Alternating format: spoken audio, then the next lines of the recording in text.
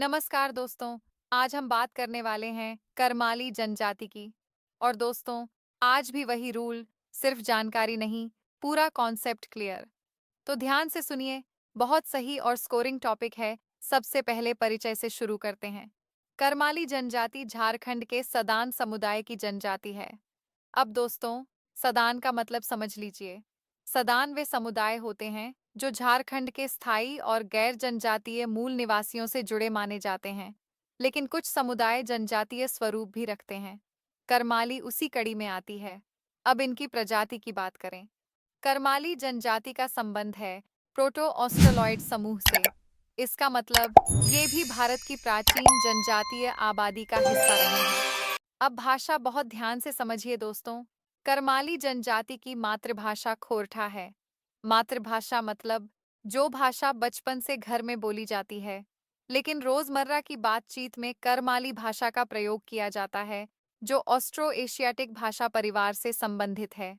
यानी घर की भाषा और व्यवहार की भाषा दोनों अलग हो सकती हैं। अब निवास क्षेत्र समझते हैं दोस्तों। झारखंड में करमाली जनजाति का निवास मुख्यतः पाया जाता है हजारीबाग, चतरा, कोडरमा, गिरिडीह, रांची, सिंहभूम और संथाल परगना में। अब दोस्तों, चलते हैं समाज और संस्कृति की ओर। सबसे पहले एक शब्द, मातृवंशीय व्यवस्था। मातृवंशीय का मतलब होता है वंश या पहचान, माँ की ओर से चलना। करमाली जनजाति की मातृवंशीय व्यवस्था हिंदू समाज के समान मानी जाती है। यानी व्यवस्था तो मातृवंशीय है, लेकिन सामाजिक ढांचा हिंदू समाज से प्रभावित है। अब एक बहुत जरूरी टॉपिक, गोत्र। गोत्र का मतलब एक ही पूर्वज से निकले लोगों का समूह।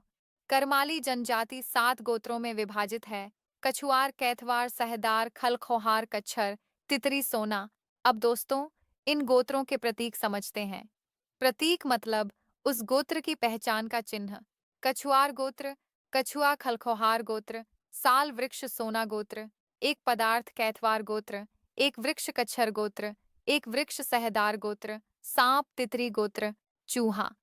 इन प्रतीकों से साफ दिखता है दोस्तों, करमाली समाज प्रकृति और जीव जंतुओं से गहराई से जुड़ा है। अब आते हैं विवाह प्रथा पर। करमाली जनजाति में कई प्रकार के विवाह प्रचलित हैं। आयोजित विवाह, परिवार द्वारा तय किया गया विवाह, गोंड विवाह, विनिमय विवाह, लड़का लड़की की अदला बदली पर आधारित, राजी खुशी विवाह, आपसी सहमति से, डक्कू विवाह। अब एक जरूरी शब्द समझिए दोस्तों, वधू मूल्य। वधू मूल्य मतलब विवाह के समय लड़की के परिवार को दिया जाने वाला मूल्य।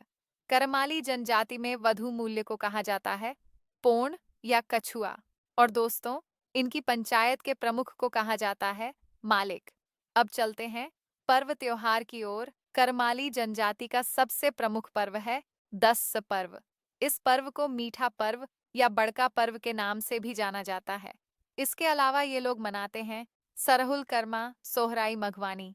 इन सभी पर्वों का संबंध प्रकृति, फसल और सामुदायिक जीवन से है।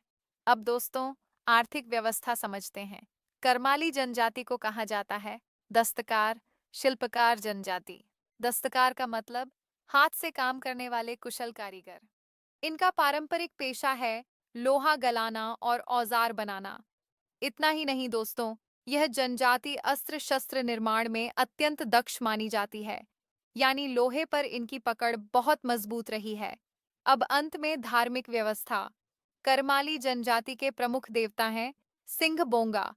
इनके पुजारी को कहा जाता है पाहन या नाया। अब एक रोचक प्रथा समझिए दोस्तों, इस जनजाति में ओझा प्रथा भी पाई जाती है। ओझा प्रथा का मतलब तंत्र मंत्र और आध्यात्मिक उपचार से जुड़ी परंपरा। और ओझा का पवित्र स्थान कहलाता है देवकारी। अंत में एक बहुत महत्वपूर्ण आस्था। करमाली जनजाति दामोदर नदी को अत्यंत पवित्र मानती है। यानी नदी सिर्फ पानी नहीं, धार्मिक और सांस्कृतिक आस्था का केंद्र है। तो दोस्तों, अब ये सिर्फ नोट्स नहीं, पूरी तरह समझा हुआ टॉपिक है।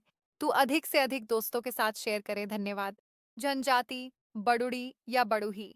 नमस्कार दोस्तों, आज हम जिस जनजाति की बात करने वाले हैं वो थोड़ी अलग, थोड़ी खास और एग्जाम के लिहाज से बहुत ट्रिकी है। नाम है बडुड़ी, जिसे बड़ूही भी कहा जाता है। सबसे पहले इसकी सबसे यूनिक बात समझ लो दोस्तों। बड़ुड़ी जनजाति झारखंड की एक अल्पसंख्यक जनजाति है, लेकिन ये खुद को जनजाति या आदिवासी नहीं मानती। बहुत सही सवाल है ना? ऐसा क्यों? दरअसल ये लोग खुद को बड़ुड़ी या बड़ूही कहते हैं और इस शब्द का मतलब है बाहुओं से लड़ने वाला, यानी क्षत्रिय। मतलब साफ है दोस्तों, ये खुद को योद्धा मानते हैं और इन्हें क्षत्रिय का पूर्वज माना जाता है। अब इनका निवास क्षेत्र समझते हैं। बड़ुड़ी जनजाति झारखंड के सिंहभूम क्षेत्र और पलामू के पहाड़ी क्षेत्र में मुख्य रूप से निवास करती है। नस्लीय दृष्टि से देखें तो इस जनजाति का संबंध द्रविड़ समूह से है। अब चलते हैं समाज और संस्कृति की तरफ। बड़ुड़ी जनजाति की नाते रिश्तेदारी व्यवस्था लगभग हिंदू समाज के समान है, यानी रिश्तों के नाम, संबंधों की समझ, सामाजिक मर्यादाएं, सब कुछ काफी हद तक हिंदू समाज जैसी। इनकी सामाजिक व्यवस्था है पितृसत्तात्मक, मतलब परिवार में पिता का वर्चस्व वंश पिता की ओर से चलता है। अब गोत्र की बात। इस जनजाति में कुल 5 गोत्र पाए जाते हैं। गोत्र का मतलब दोस्तों, एक ही मूल पुरुष से निकली हुई वंश परंपरा, जिससे विवाह के नियम तय होते हैं। विवाह की बात चली है तो इसे भी समझ लो। बड़ुड़ी जनजाति में विवाह का सबसे प्रचलित रूप है आयोजित विवाह, यानी परिवार तय करता है, समाज की सहमति होती है, पूरा सामाजिक रीति रिवाज निभाया जाता है। अब गांव की व्यवस्था। इनके गांव का प्रमुख कहलाता है प्रधान। प्रधान प्रशासन, सामाजिक निर्णय और परंपराओं का संरक्षक होता है। अब थोड़ा मजेदार हिस्सा, नृत्य और संगीत। बड़ुड़ी जनजाति के लोग नृत्य संगीत के अत्यंत शौकीन होते हैं। इनके प्रमुख वाद्य यंत्र हैं करहू, बांसी, झाल और मादर। ये वाद्य यंत्र इनके पर्व, उत्सव और सामाजिक कार्यक्रमों की जान होते हैं। अब इनके पर्व त्योहार देख लो दोस्तों।